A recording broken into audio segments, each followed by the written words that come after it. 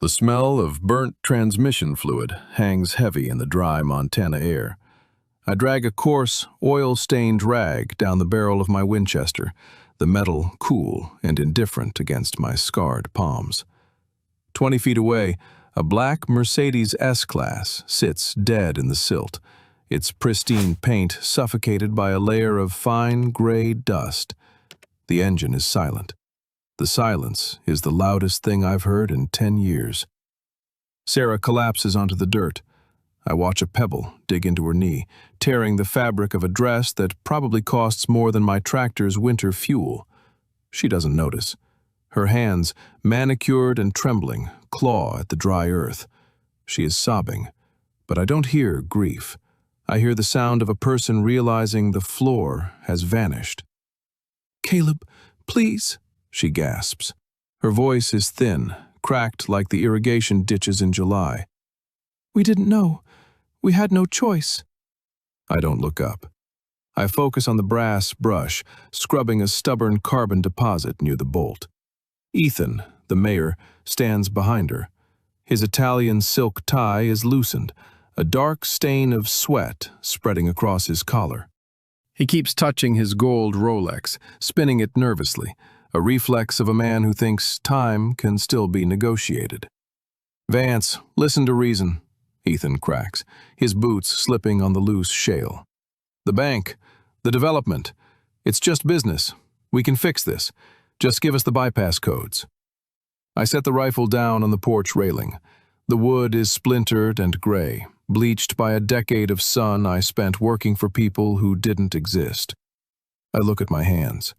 The dirt is etched so deep into the creases of my knuckles that soap hasn't touched it since the Bush administration.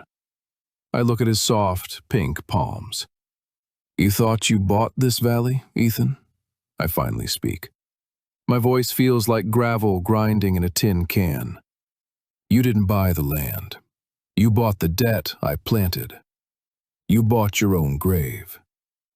Tell me, would you be able to sit across from someone for 3 years, sharing coffee and handshakes, knowing you were meticulously tightening the noose around their neck every single day?" Sarah reaches for my boot, her fingers hovering over the worn leather.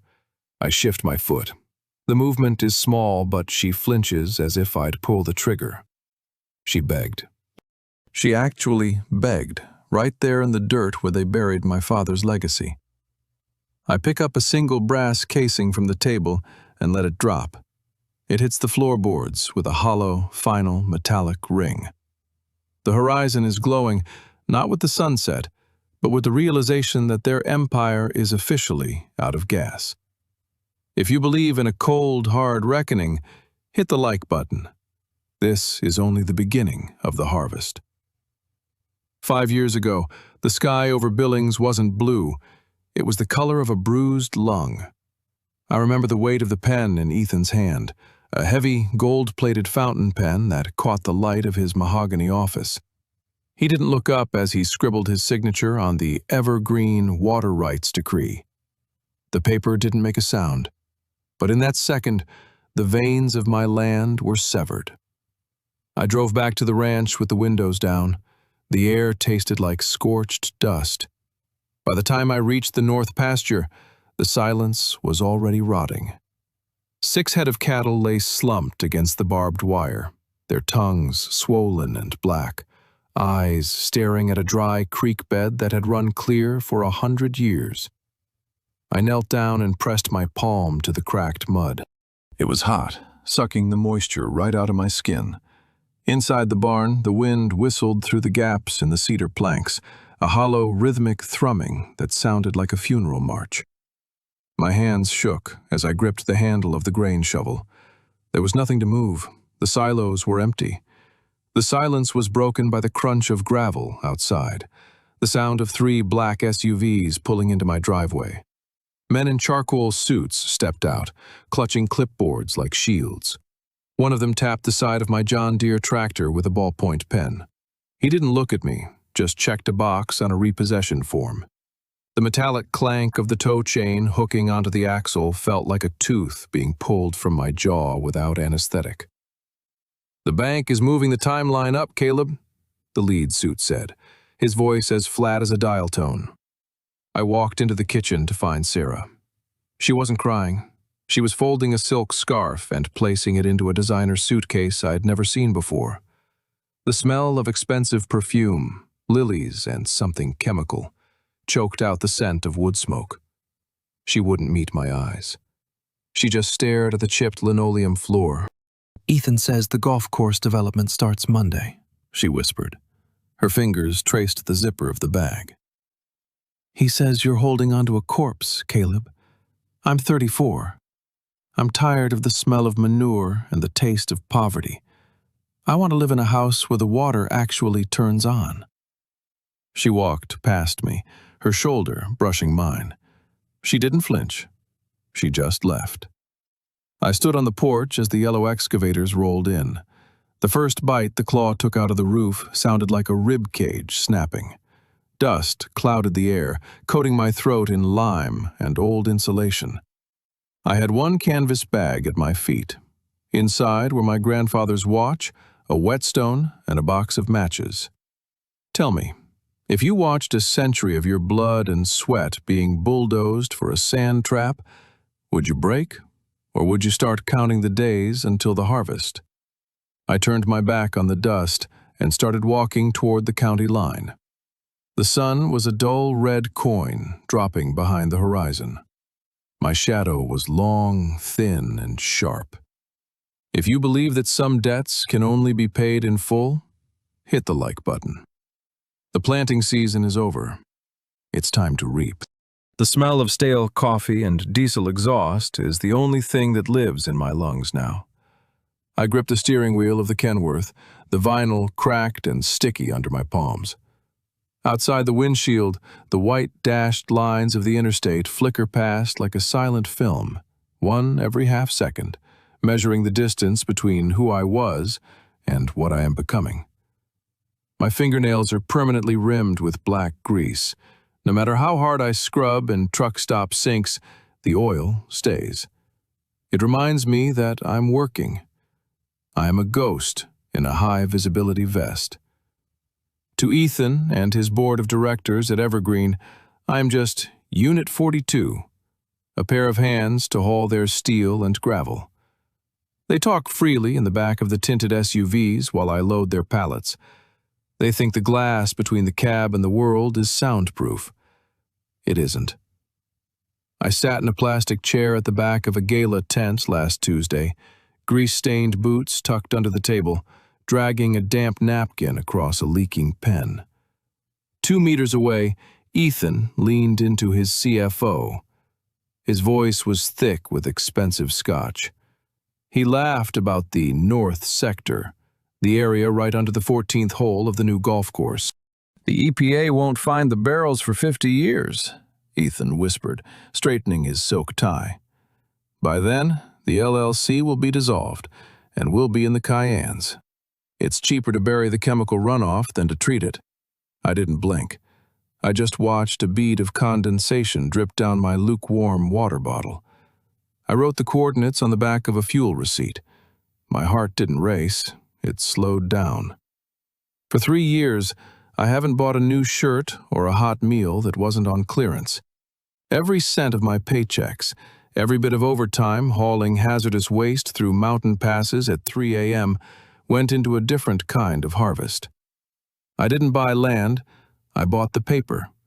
I bought the unpaid invoices of the local plumbers, the mechanics, and the small-time excavators Ethan had been squeezing for months. I sat in their kitchens, smelling of wood smoke and old debt, and paid them 50 cents on the dollar for their right to sue. Tell me, does a man's word mean more than $1 billion contract in the world we live in now? If your best friend sold your soul to put a swimming pool in his backyard, would you have the stomach to wait 5 years, living in a metal box, just to make sure that when you hit him, he never gets back up? I pull the air brake. The hiss of escaping pressure fills the cabin. I'm parked at the edge of the construction site. To my left, a stack of blueprints sits on the passenger seat, covered in my red ink. To my right, the skeleton of the new clubhouse rises against the moon. I've become the silent partner in their destruction.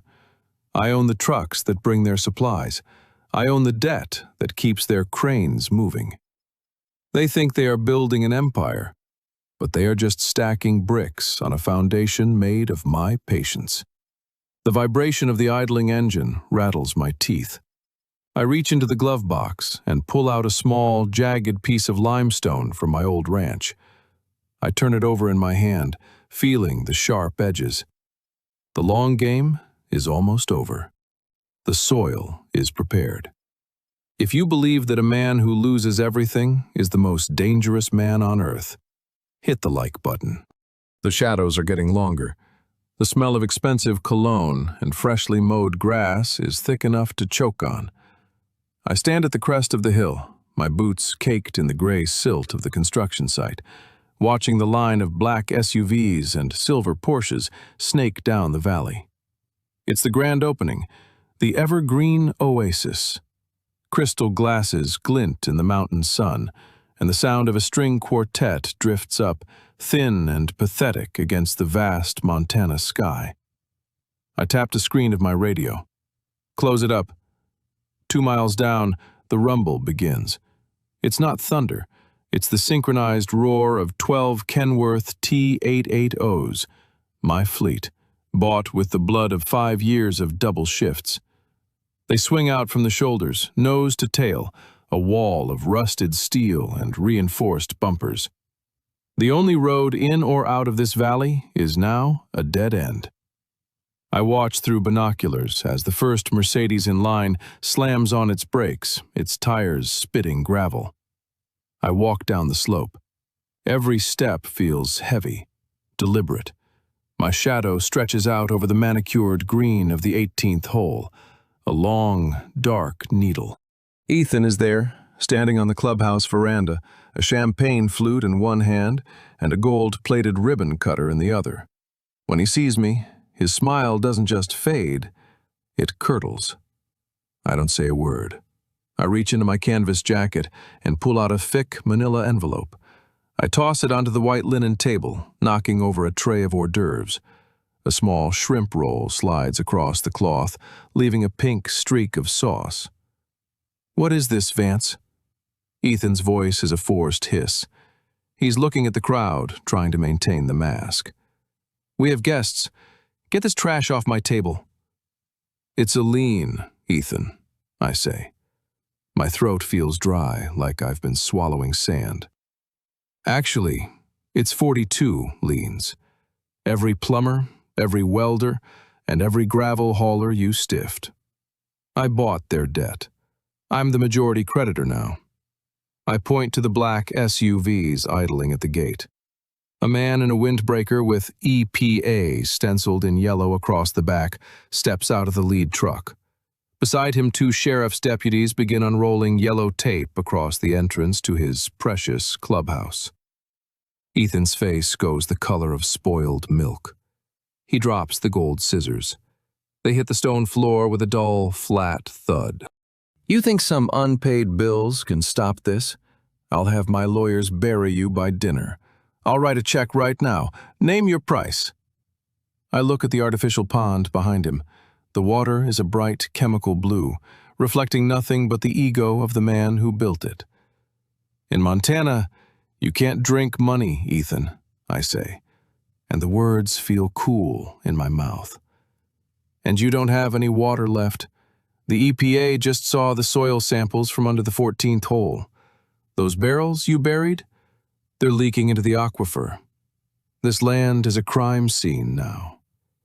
He lunges forward, grabbing my collar. I don't move. I can smell the expensive scotch on his breath and the panic radiating off his skin like heat from a radiator. "I'll give you everything!" he screams, his voice cracking, drawing the eyes of every donor in the valley. 10 million, 20! Just give me the bypass codes for the filtration system. We can fix the report!" I gently peel his fingers off my jacket.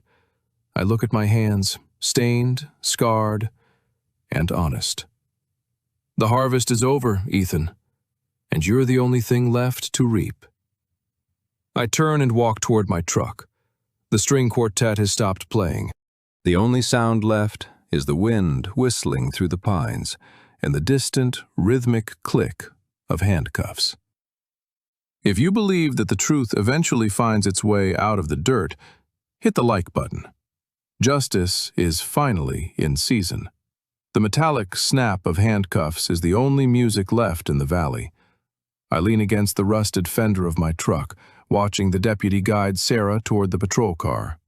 Her designer heels sink into the soft mud, tripping her, but no one reaches out to catch her. She looks at me, hair matted with sweat and rain, and screams that she always loved me, that Ethan forced her hand. I don't blink. I just watch a stray bead of water roll down the side of my thermos. The lie is as thin as the silk she's wearing, and it dissolves just as fast in the mountain air. Ethan is already in the back seat of the second cruiser. His face is pressed against the glass, a pale, distorted mask of the man who once owned the horizon. I don't feel the heat of anger or the spark of joy. I feel the weight of the silver pocket watch in my vest, ticking steady and cold against my ribs. It's over. The debt is settled, and the silence that follows is the cleanest thing I've felt in 5 years. I turn my back on the flashing blue lights and walk toward the small timber cabin I spent the last 6 months restoring. The floorboards don't creak under my boots. They are solid, seasoned oak. I reach for the brass faucet over the soapstone sink. My hand doesn't shake. I turn the handle. The pipes groan for a second, a deep mechanical exhale, and then the water comes. It isn't the gray chemical sludge of the evergreen era. It is clear, cold, and smells of deep earth and stone. I walk out onto the porch as the sky finally breaks. The rain doesn't just fall. It washes. I stand there, arms at my sides, letting the water soak through my canvas jacket and settle into the creases of my skin. The dust of the construction site is flowing off the driveway in dark ribbons, leaving only the honest grit of the mountain. The valley is quiet now, the machinery dead and the vultures gone. Justice is a harvest that takes its own time, and it is always served cold. If you believe Caleb did the right thing, hit the like button. The land finally belongs to the man who knows its worth.